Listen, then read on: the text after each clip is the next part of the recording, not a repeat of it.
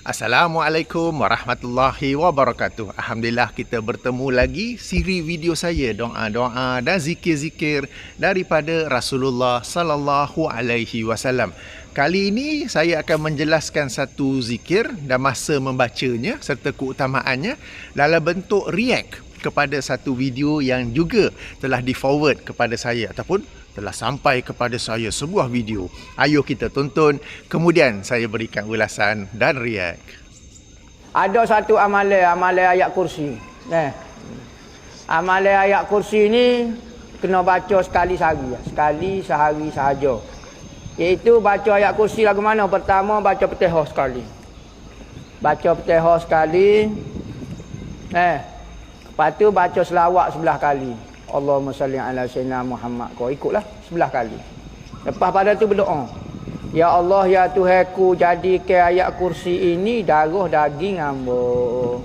Ya Allah, ya Tuhanku, jadikan ayat kursi ini darah daging hamba. Baca ayat kursi 41 kali. Dengan a'udzubillah dan bismillah. A'udzubillahi minasyaitonirrajim. Bismillahirrahmanirrahim. Allahu la ilaha illa huwal hayyul qayyum. A'udzubillahi minasyaitonirrajim. Bismillahirrahmanirrahim. Allahu la ilaha. A'udzubillahi minasyaitonirrajim. Bismillahirrahmanirrahim. Allahu la ilaha. 41 kali. Amalan. Hak kata tu punya amalan tu kata dia ada cara mukadimah nak buka kursi dia, tapi kita wi ijazah amalan dulu. Amalan ni orang tu jadi muda pak tua. Biasa muda pak tua. Bukan tua pak muda. Ada. Muda pak tua. Yakni tubuh jadi nampak muda pak tua. Awet muda lah. Jadi gagah, jadi gapo. Umur 80 dah. Tapi supaya budak umur 30. Rancuk lagi. Siap duduk main gitar apa semua. Jalan dulu. Tengok. Amalan ayat kursi 41 kali. Jadi hamba ijazah untuk amalan dan untuk kebajikan hamba dan guru-guru hamba. Fatihah sekali, selawat 11 kali, lepas tu doa, ya Allah ya Tuhanku, jadikan ayat kursi ini darah daging hamba. Baca ayat kursi dengan a'udzubillah minasyaitonirrajim, bismillahirrahmanirrahim. Setiap kali baca tu 41 kali. Amal sekali sehari sahaja. Ikutlah esok ke, subuh ke. Kalau tak wi amalan takut malas beramal. Wi amalan sekali, beramal sekali. Amal sehari lah. Lepas tu tinggal. Baiklah, kita sudah pun menonton, sudah pun mendengarnya ya. Jadi Ustaz Muhaizat memberi satu petua amalan untuk menguatkan tubuh badan sampai-sampai tubuh badan kita ni seperti orang muda meskipun sudah tua. Tapi dah muda tu bukan untuk membuat kerja-kerja Islam, tapi untuk main gitar. Macam mana tu? Okey. Jadi apakah itu? Membaca surah Al-Fatihah sekali, membaca selawat 11 kali, kemudian berdoa agar Allah menjadikan ayatul kursi itu sebagai darah daging kita. Kemudian baca ayat kursi 41 kali. Lalu dengan amalan itu tubuh badan kita akan menjadi sihat dan kuat seperti orang muda. Bukan dengan bersenam je. Bukan dengan menjaga gizi makanan je. Okey. Para penonton yang dirahmati Allah. Okey, Ustaz hendak berkongsi ya satu amalan yang mungkin ada orang amalkan ianya adalah mujarab. Mungkin mujarab kerana amalan itu, tetapi mungkin juga mujarab kerana orang itu juga menjaga kesihatan, selalu bersenam, menjaga pemakanannya kan. Jadi ada banyak kemungkinan. Cumanya yang saya nak react di sini ialah kenapakah seorang ustaz yang dengan serbannya, dengan pakaian agamanya tak boleh nak ajar, tak boleh nak kongsi, tak boleh nak ijazahkan satu amalan yang diajar ataupun dipraktikkan oleh Rasulullah sallallahu alaihi wasallam. Why must you teach something else? Di sini mungkin ada yang kata, yelah, ustaz tak suruh kau buat pun, kau nak buat, tak nak buat sudah. Tak. Peranan ustaz sebagai orang agama, dan orang agama yang kita kata tersebar luas videonya, ialah mengajar umat Islam apa yang berasal daripada Rasulullah sallallahu alaihi wasallam. Bukan pula yang lain-lain. Kenapa nak ajar yang lain-lain tu kan? Itu tu mungkinlah YouTuber lain-lain ke buat. Sebagai seorang ustaz, kau ajarlah apa yang Nabi ajar, yang Nabi buat kan? Okey. Jadi dalam hal ini tentang membaca ayatul kursi, kita ada hadis-hadis yang menerangkan keutamaannya dan bilakah ia patut dibaca. Dan ada sesuatu yang sangat hampir dengan apa yang disebut oleh Ustaz Muhaizat ya. Baik, kalau kita merujuk kepada hadis-hadis yang sahih, yang hasan, ada 3 ketika di mana Rasulullah sallallahu alaihi wasallam menganjurkan kita membaca ayatul kursi. Pertama, ini saya kongsi ya. Pertama, hadis riwayat Imam An-Nasa'i, Imam At-Tabarani dan Imam Al-Hakim dengan sanad yang dinilai bagus, dinilai jayyid oleh Syekh Al-Albani dalam Sahih At-Targhib wa Tarhib hadis nombor 662. Okey, di mana Rasulullah sallallahu alaihi wasallam bersabda, maksudnya sesiapa yang membaca pada waktu tentang ayatul kursi ini, Rasulullah menganjurkan kita membacanya, lalu bersabda, sesiapa yang membacanya pada waktu petang, maka dia akan dilindungi sehingga waktu pagi. Dan sesiapa yang membacanya pada waktu pagi, maka dia akan dilindungi sehingga pada waktu petang. Jadi ayuh kita jadikan ayatul kursi ini sebagai zikir kita pada waktu pagi dan petang. Tidak disebut secara spesifik, pagi ni nak baca pukul berapa, petang ni nak baca pukul berapa. Jadi boleh saja baca bila-bila masa, asalkan baca. Saya sendiri Alhamdulillah saya mengamalkannya, membacanya sebagai zikir. Kejap ya. Selepas solat subuh, kita baca zikir-zikir yang spesifik. Selepas solat subuh, selepas itu baru baca zikir-zikir pada waktu pagi, di mana salah satu daripadanya ialah ayatul kursi. Demikian juga selepas solat asar. Tetapi saya ada membaca syarah daripada para ulama, mereka menjelaskan bahawa pagi ni ialah anytime daripada masuknya subuh sampai sebelum zuhur, itu pagi. Dan petangnya pula ialah daripada masuknya waktu asar sampai maghrib.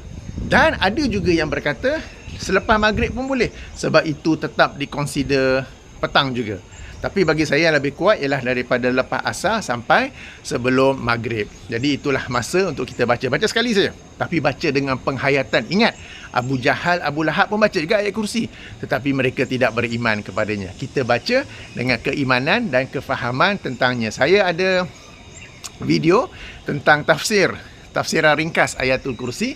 Sila rujuk di sana supaya kita baca dengan penghayatan. Sebab kita kena ingat ya, kalau kita letak dalam player pun boleh baca juga. Maksud player di sini MP3 player ke, phone kita ke, apa-apa alat elektronik ke.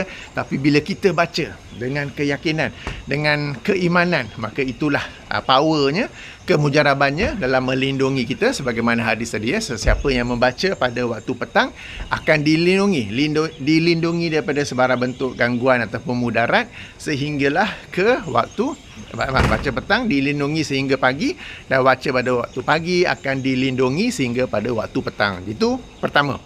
Waktu yang kedua dianjurkan membaca ayatul kursi ialah sebagai zikir selepas solat fardu 5 kali sehari. Maknanya zikir selepas solat subuh, selepas solat zuhur, selepas solat asar, selepas solat maghrib, selepas solat isyak. Hadisnya riwayat Imam An-Nasa'i. Yang An-Nasa'i di sini dalam kitabnya As-Sunan Al-Kubra. Sama juga yang pertama tadi dalam As-Sunan Al-Kubra. Sebab Imam An-Nasa'i ada kitab sunannya sahaja, tapi beliau ada memiliki kitab yang lagi besar ya, Sunan Al-Kubra.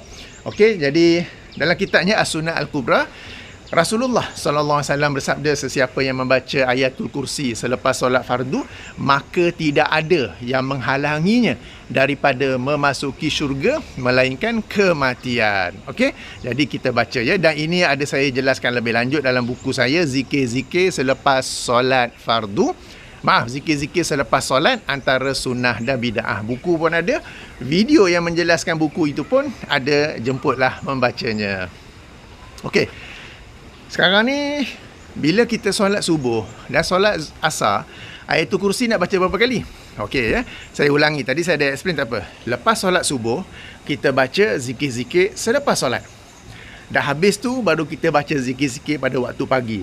Antara zikir-zikir selepas solat subuh ialah ayatul kursi. Jadi kita baca sekali. Lepas tu kita baca pula zikir-zikir pada waktu pagi, termasuk di dalamnya ialah ayatul kursi. Jadi in total 2 kali. Sama juga untuk lepas asar kan, kita baca zikir-zikir selepas solat asar, di mana antaranya ialah ayatul kursi. Selepas itu, kita baca pula zikir pada waktu petang. Di antaranya ialah Ayatul Kursi. Jadi, pada pagi, in general 2 kali. Petang, in general 2 kali. Okey. Kemudian yang ketiga, pertama, pagi dan petang. Kedua, selepas setiap solat fardu. Dan yang ketiga ialah sebagaimana hadis dalam Sahih Al-Bukhari, sebelum kita tidur. Hadis ni agak masyhur apabila Abu Hurairah radhiyallahu anhu ditugaskan oleh Rasulullah sallallahu alaihi wasallam untuk menjaga gedung yang menyimpan barangan zakat kan. Lalu adanya iblis yang menyamar sebagai manusia lalu mencuri. Lalu Abu Hurairah dapat tangkap. Kemudian esok dia mari curi lagi.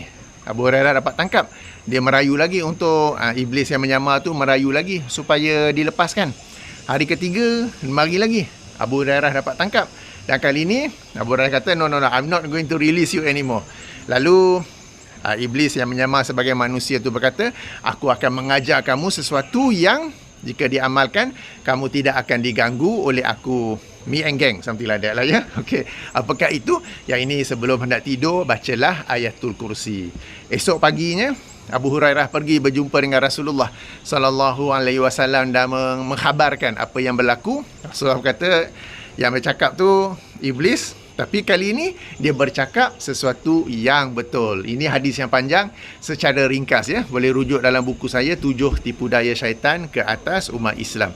Jadi iblis sendiri, syaitan sendiri yang berkata kalau baca Ayatul Kursi sebelum tidur, dia akan menjadi pelindung kepada kita daripada gangguan dia and gang semasa kita tidur. Tapi baca dengan penghayatan, baca dengan keimanan lah. Jangan baca pun takut-takut. Allahu la ilaha illa huwal hayyul qayyum. Syaitan sendiri tengok, kau baca ayat kursi, kau tak yakin pun dengan perlindungan Allah. Jadi dia pun bagi kacau juga. Okey? Jadi tuan-tuan dan puan-puan yang dirahmati Allah, para penonton yang dirahmati Allah, demikianlah 3 suasana, 3 masa berdasarkan hadis-hadis yang sahih. Hadis yang pertama, sanad jaid. Sanad jaid ni kedudukannya antara hasan dengan sahih. Jadi kuat juga. Hadis yang kedua dan ketiga adalah hadis yang sahih. Masa yang dianjurkan oleh Rasulullah sallallahu alaihi wasallam untuk membaca Ayatul Kursi, dan baca sekali je, tak payah sampai 41 kali ya. Tapi yang penting baca dengan penghayatan, baca dengan kefahaman. Jadi ayuh sama-sama kita mengamalkannya. Dan moga-moga orang-orang yang selalu nak sambut maulid, mereka ni membuktikan kasih sayang mereka kepada Rasulullah dengan sambut maulid, dengan pakai serban, dengan pakai baju agama, which is okay. Tapi yang pentingnya, yang kita dituntut untuk ikut dan sebar-sebarkan ialah apa yang diajar oleh Rasulullah sallallahu alaihi wasallam. Bukan sekadar kosmetik, bukan sekadar pakaian, bukan sekadar sambut maulid, kemudian menyanyi-nyanyi, kemudian kata kami cinta Rasulullah. Tapi apa yang Rasulullah ajar tidak pula disampaikan. Jadi ayuh kita ambil iktibar dan kita menjadi di kalangan mereka yang belajar sunnah yang sahih daripada para ustaz, ustazah yang menyampaikan sunnah yang sahih, lalu kita mengamalkannya ya. Ayuh ya, ingat Ayatul Kursi pagi dan petang sekali, lepas setiap solat fardu sekali, dan malam sebelum tidur juga sekali. Baik. Itu saja yang ingin saya sampaikan. Saya tutupi dengan subhanakallahumma wa bihamdika asyhadu an la ilaha illa anta astaghfiruka wa atubu ilaika. Assalamualaikum warahmatullahi wabarakatuh.